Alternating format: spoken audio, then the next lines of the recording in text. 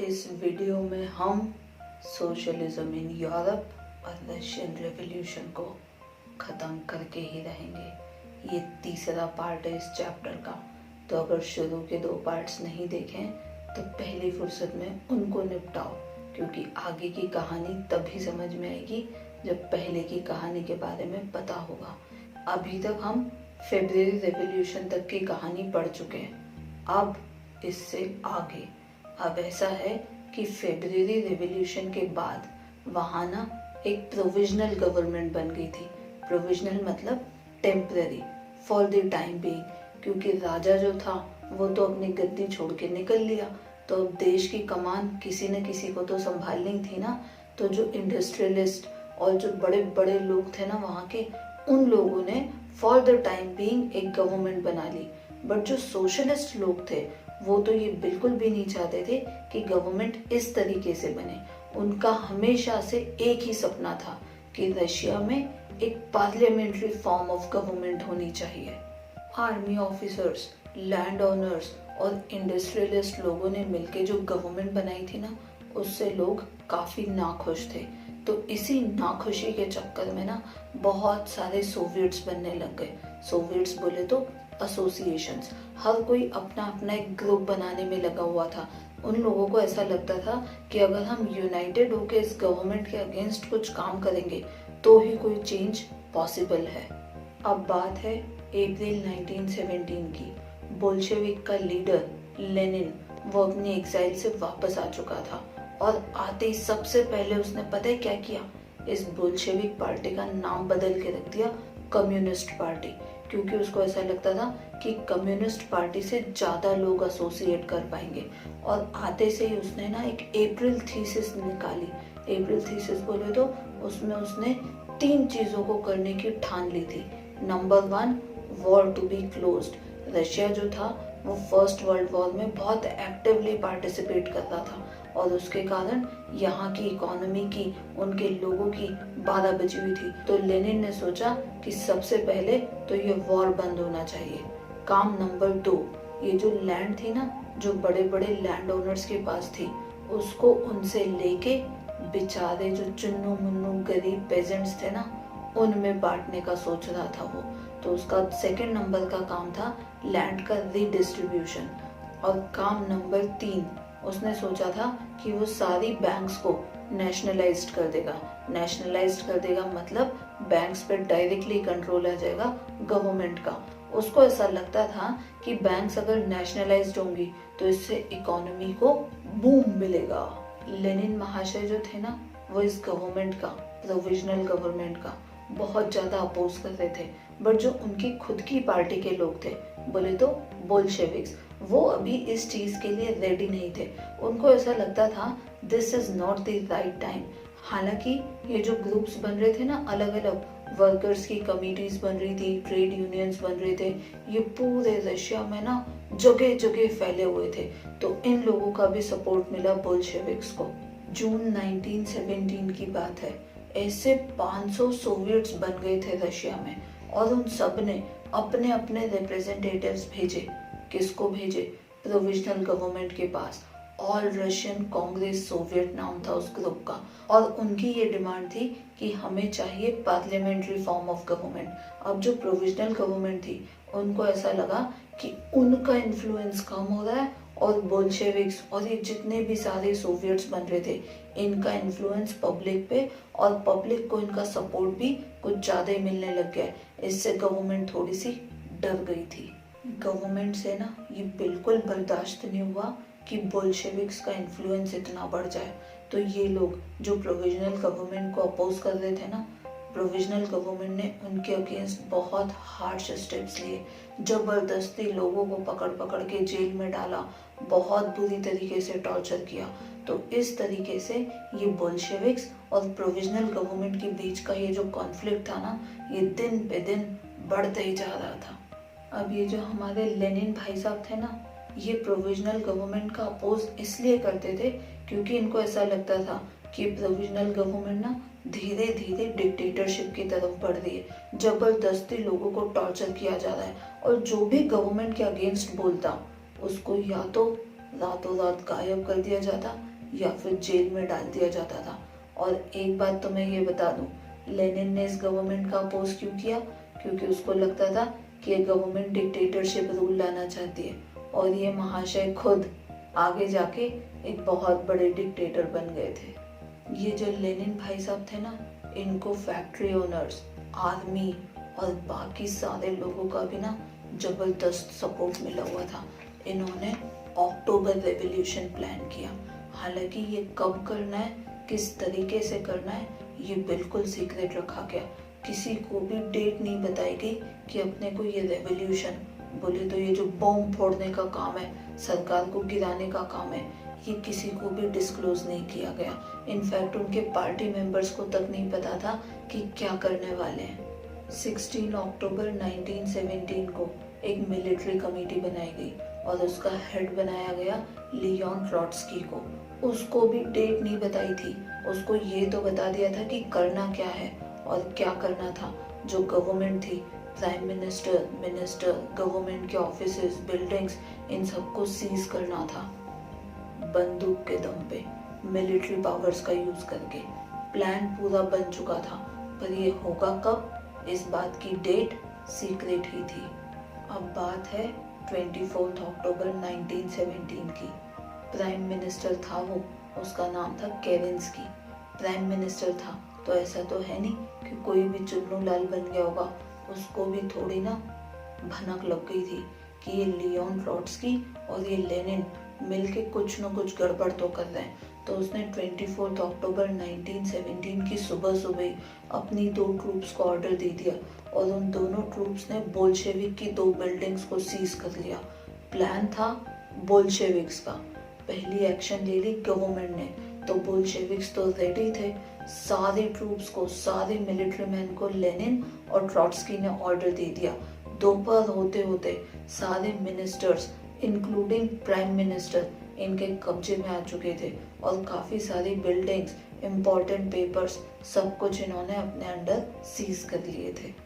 24 अक्टूबर 1917 जिस दिन ये सारा कांड हुआ, रात होते होते सारे मिनिस्टर्स लेनिन और ट्रॉट्स्की के कब्जे में आ चुके थे। प्राइम मिनिस्टर ने रिजाइन किया और फाइनली हमारे लेनिन भाई साहब प्राइम मिनिस्टर बना दिए गए। ये वही लेनिन है जिन्होंने प्रोविजनल गवर्नमेंट को क्यों हटाया, क्योंकि उनको लगता था कि ये गवर्नमेंट डेमोक्रेटिक नहीं है, और इन्होंने खुद को प्राइम मिनिस्टर बना दिया बंदूक के दम पे। प्रोविजनल गवर्नमेंट को हटा के लेनिन का प्राइम मिनिस्टर बनना, वो भी मिलिट्री के दम पे, ये सारे कांड हुए अक्टूबर में। तो ये जो इंसिडेंट्स है ना, इन्हीं को अक्टूबर रेवोल्यूशन के नाम से जानते हैं। अब हम पढ़ते हैं कि अक्टूबर के बाद क्या हुआ। बोले तो ये जो लेनिन की गवर्नमेंट थी, इन्होंने क्या किया। ये जो लेनिन महाशय थे ना, ये शुरू से ही प्राइवेट प्रॉपर्टी के तो बहुत ही ज्यादा अगेंस्ट में थे, और अब क्योंकि ये गवर्नमेंट में आ गए थे तो इन्होंने पेजेंट्स को खुली छूट दे के रखी थी लैंड सीज करने की।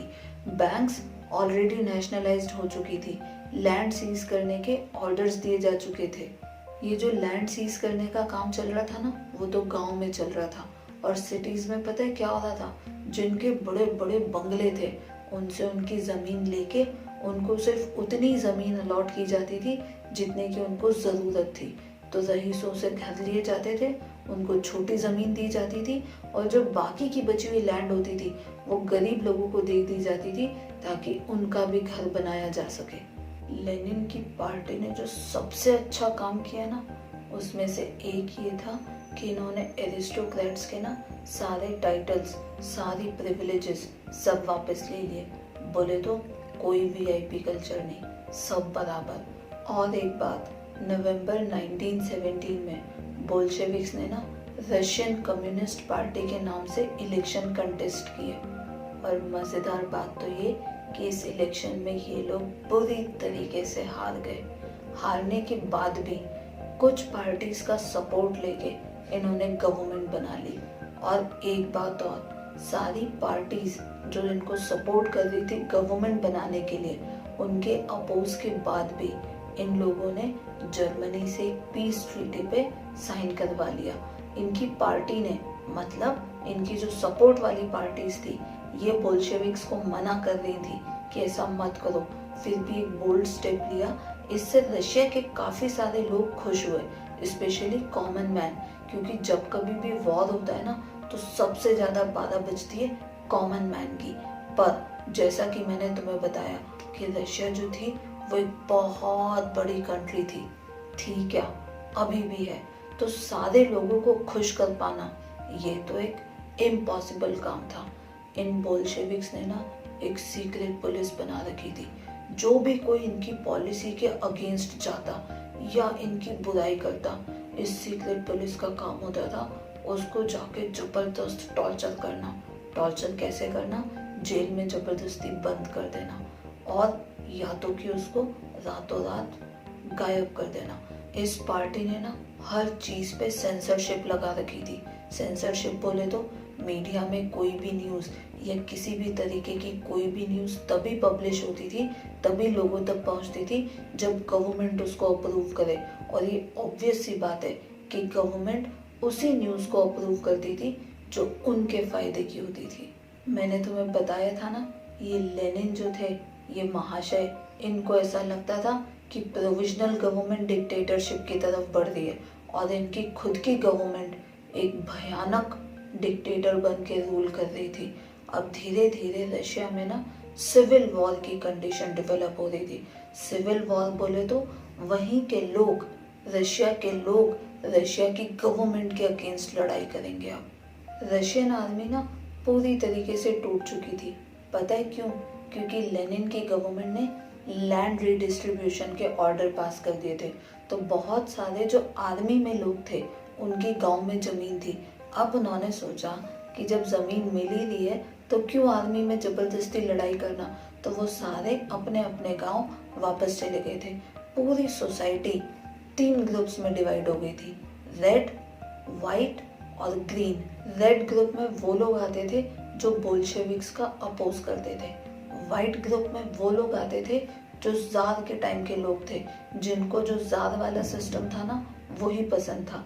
और ग्रीन में आते थे वो लोग जो सोशलिज्म को पसंद करते थे, बोले तो सोशलिस्ट लोग या फिर कम्युनिस्ट लोग। अब ये जो ग्रीन और वाइट ग्रुप था ना, मेजर कंट्रोल इन्हीं के पास था, और तो और इनको जापान और अमेरिका का सपोर्ट भी था। तो ये जो सिविल वॉर चल रहा था ना, इसमें बेसिकली 2 ग्रुप्स थे। एक तरफ थे रेड्स और दूसरी तरफ थे वाइट्स और ग्रीन्स।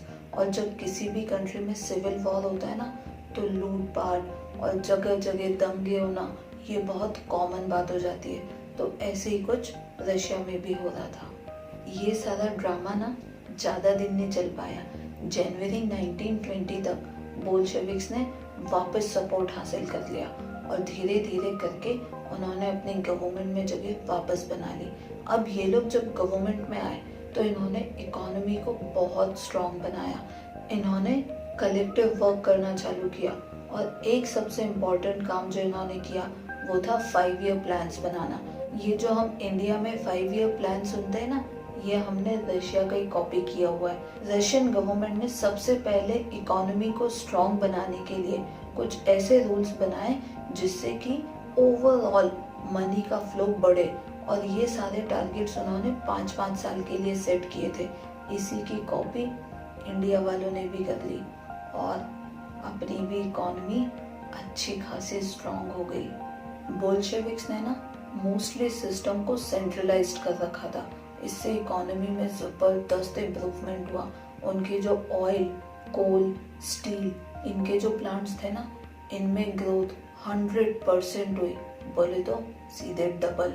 ये जो इकोनॉमिक ग्रोथ वाला टाइम था ना, वो 1929 से लगा के 1933 के बीच का था। इस बीच में वर्कर्स की हालत में कोई ज़्यादा सुधार नहीं आया। हालांकि गवर्नमेंट ने उनके लिए थोड़े बेटर क्वार्टर्स बनाए ताकि उनका लिविंग स्टैंडर्ड भी थोड़ा सा सुधर सके। और तो और क्रेशेस बनाए गए। क्रेशेस वो चीज़ होती है जिसमें विमेन, जो वर्किंग विमेन है, जो फैक्ट्रीज में काम करती है, वो अपने बच्चों को वहाँ छोड़ सकती है। और वहाँ पे गवर्नमेंट ने उनकी एजुकेशन के बंदोबस्त भी किए। हालांकि ये बात सिर्फ कुछ मजदूरों तक ही पहुँच सकी। मोस्टली की हालत तो अभी भी वैसी थी जैसे पहले थी। अब बात है 1928 की।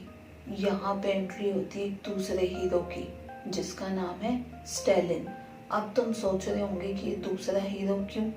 क्योंकि पहला हीरो निपट चुका है। तो लेनिन की डेथ के बाद इस पार्टी को और रशिया की गवर्नमेंट को एक और डिक्टेटर मिला और उसका नाम था स्टैलिन। ये स्टैलिन के टाइम पे ना रशिया में बहुत शॉर्टेज हो गई थी फूड ग्रेन्स की। इसको ऐसा लगता था कि जो रिच पेजेंट्स है ना, वो अपना माल जानबूझ के नहीं बेच रहे हैं। क्यों? क्योंकि गवर्नमेंट ने सारी एसेंशियल कमोडिटीज के प्राइस ना फिक्स कर दिए थे और पेजेंट्स स्पेशली जो रईस थे उनको ऐसा लगता था कि गवर्नमेंट ने ये प्राइस बहुत कम रखी है, तो वो लोग अपने माल का स्टॉक कर रहे थे। ऐसा स्टैलिन की गवर्नमेंट को लगता था। स्टैलिन की गवर्नमेंट ने ना कुछ इमरजेंसी मेजर्स लिए, जिसके के कारण लोग इससे बहुत गुस्सा थे। पता है, वहाँ के लोगों ने इसकी पॉलिसीज का अपोज करने के लिए अपने लाइफ स्टॉक्स जिंदा जला दिए। लाइफ स्टॉक बोले तो गाय, भैंस, बैल, बकरी एक्सेट्रा एक्सेट्रा। 1929 से लगा के 1931 तक रशिया में सिर्फ 1/3 लाइफ स्टॉक रह गया था। और एक महान बेवकूफ़ी जो स्टैलिन ने की वो था कलेक्टिव फार्मिंग। बड़े बड़े खेतों में बहुत सारे फार्मर्स को इकट्ठा होकर काम करना पड़ता था और ये जो फार्म्स होते थे उनको वहाँ की लैंग्वेज में कहते थे कोलखोज। इसने क्या किया, छोटे छोटे खेतों को मिला के एक बड़ी लैंड बना दी और बहुत सारे फार्मर्स को वो लैंड का ओनर बना दिया कि अब सबको मिलके इस पे काम करना है। एक तो ये स्टैलिन की पॉलिसीज, ऊपर से 1930 से लगा के 1933 के बीच में रशिया में ना एक बहुत भयंकर अकाल पड़ा। इसमें लगभग 4 मिलियन लोग मारे गए। इस अकाल के कारण ना लोगों में बहुत गुस्सा था और ये सारा गुस्सा निकला स्टैलिन पे। और ये तुम्हें पता है कि स्टैलिन था एक डिक्टेटर। उसको बिल्कुल अच्छा नहीं लगा कि उसकी गवर्नमेंट को इस तरीके से बदनाम किया जा रहा था। उसने बहुत सारे इनोसेंट लोगों को जेल में बंद करवा दिया, अननेसेसरीली लोगों से कन्फेशंस करवाए, जबरदस्ती जो क्राइम उन्होंने किए भी नहीं थे वो भी कबूल करवाए और बहुत सारे लोगों को उसने मार डाला। लगभग 2 मिलियन लोगों की जान गई। इसमें से कुछ तो बेचारे बहुत यंग टैलेंटेड लोग थे। अब जिस तरीके से ये लेनिन, स्टैलिन, बोल्शेविक्स इन लोगों ने गवर्नमेंट बनाई ना, पूरे यूरोप में इसका बहुत ज़्यादा क्रिटिसिज्म हुआ। 1950 तक भी जो रशियन रेवोल्यूशन का मेन एम था ना कि उनको parliamentary elected form of government चाहिए था, वो बेचारे रशिया के लोगों को मिल ही नहीं पाया। इकोनॉमी में तो नो डाउट ज़बरदस्त इम्प्रूवमेंट था, बट वहाँ के लोगों की फ्रीडम की ना 12 बज चुकी थी। यूएसएसआर की जो इमेज थी वो बहुत ज़्यादा नीचे गिर चुकी थी। और मैं एक बात बता दूँ तुम्हें, इस चैप्टर में जो हम सोशलिज्म का गाना गा रहे थे ना अभी तक, इसको हर कंट्री ने अपने हिसाब से मॉडिफाई कर कर के इम्प्लीमेंट किया। तो इसी के साथ ये चैप्टर होता है ख़त्म। इस चैप्टर की यात्रा चली बहुत लंबी, 3 वीडियोस तक, पर आखिरकार हम सुरक्षित पहुंच ही गए। इसीलिए लोग कहते हैं, लोग क्या कहते हैं, मैं भी कह रही हूँ और तुम्हारे मम्मी पापा भी कहते ही होंगे, भगवान के घर देर है पर अंधेर नहीं।